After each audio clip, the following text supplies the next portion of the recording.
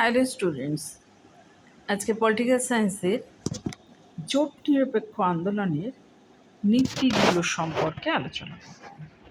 তো তোমাদের বেশ খানিকটা একটু বলে দিচ্ছি।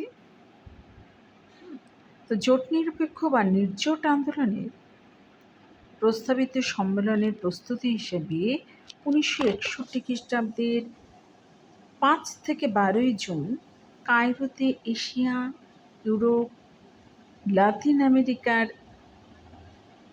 21টি রাষ্ট্র সেক্ষেত্রে মিলিত হয়।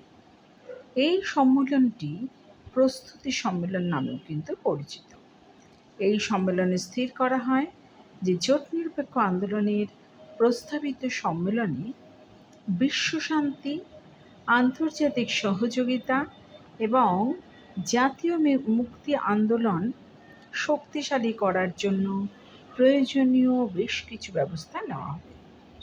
এই সম্মেলনে আরও স্থির করা হয় যে জোট নিরপেক্ষতার মৌলিক নীতিগুলি সম্পর্কে যেসব মৌলিক নীতিগুলো রাষ্ট্র স্বীকার করবে একমাত্র তাদেরকেই এই সম্মেলনে আহ্বান জানানো হবে। কায়রো সম্মেলনে জোট নিরপেক্ষতার 5টা মূলনীতি ছিল। সেই 5টা মূলনীতি এগুলো হলো: সংশ্লিষ্ট দেশটিকে বিভিন্ন সামাজিক ও রাজনৈতিক ব্যবস্থার সহাবস্থান এবং জোট নিরপেক্ষতার ভিত্তিতে স্বাধীন নীতি অনুসরণ বা এই ধরনের নীতির অনুকূলে মনোভাব প্রদর্শন করতে হবে। 2 হলো যে সংশ্লিষ্ট দেশটিকে নিরবচ্ছিন্নভাবে জাতীয় মুক্তি আন্দোলনকে সমর্থন করতে হবে। 3 হলো সংশ্লিষ্ট দেশটি বৃহৎ শক্তির পারস্পরিক বিরোধের পরিপ্রেক্ষিতে গড়ে ওঠা কোনো বহুপাক্ষিক সামরিক জোটের সদস্য হতে পারবে না। 4 হলো যদি কোনো দেশ কোনো বৃহৎ শক্তির সঙ্গে দ্বিপাক্ষিক সামরিক চুক্তিতে আবদ্ধ থাকে অথবা কোনো আঞ্চলিক প্রতিরক্ষা চুক্তির সদস্য হয়, সেক্ষেত্রে ওই চুক্তি যেন বৃহৎ শক্তির বিরোধের পরিপ্রেক্ষিতে গঠিত না হয় সেদিকে লক্ষ্য রাখতে হবে। আর 5 হলো যদি সংশ্লিষ্ট দেশ অন্য কোনো দেশকে সামরিক ঘাঁটি স্থাপনের অনুমতি দিয়ে থাকে তবে দেখতে হবে যে ওই ঘাঁটি যেন বৃহৎ শক্তির বিরোধের পরিপ্রেক্ষিতে স্থাপিত না হয়।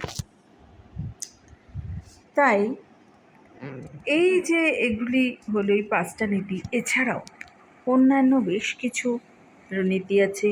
সেগুলো হচ্ছে ক্ষেত্রে বেশ কিছুটা আমি দিয়ে দিচ্ছি। দেখো এখানে হচ্ছে এই নীতি ছাড়াও এর বেশ কিছু লক্ষ্য ছিল। সেই লক্ষ্যগুলো এক এক করে দেখো। লক্ষ্য উদ্দেশ্য: সার্বভৌমতা ও স্বাধীনতার প্রতি সমর্থন, জোট নিরপেক্ষ দেশগুলির স্বাধীনতা সংরক্ষণ।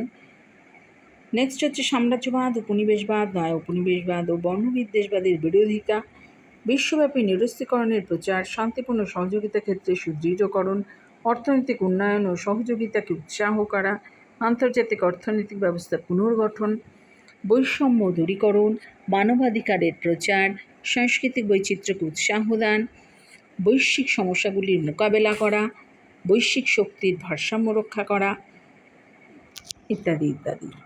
তাই আজকের আলোচ্য বিষয় হলো জোট নিরপেক্ষ আন্দোলনের নীতিগুলি।